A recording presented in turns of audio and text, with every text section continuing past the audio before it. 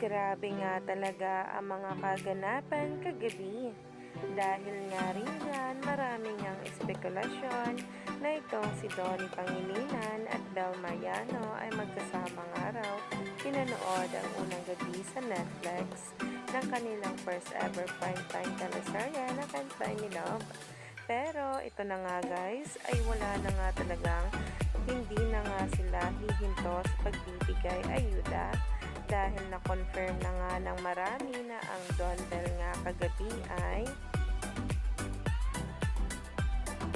magkasama. Yan nga ang update ni Miss or ni Direct May Cruz Alviar kung saan nga ang Don Bell ay talagang kinakiligan ngayong araw. Patunay lamang ito na magkasama silang pinanood ang kanilang pag-ere sa Netflix.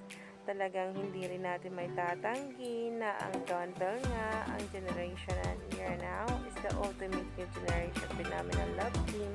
Tapos, sinundan pa nga ito ng post ng Netflix ngayon na Can't Buy Me Love Episode 1 Highlights.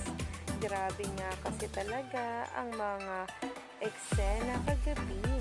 Hindi nga talaga maitatanggi na looking forward nga ngayon ang mga netizens at mga bula dahil sa mga paayuda.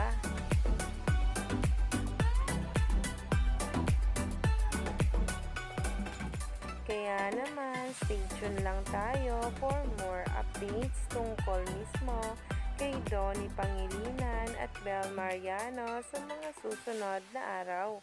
Dahil marami pa nga talaga tayong dapat abangan tungkol sa kanila.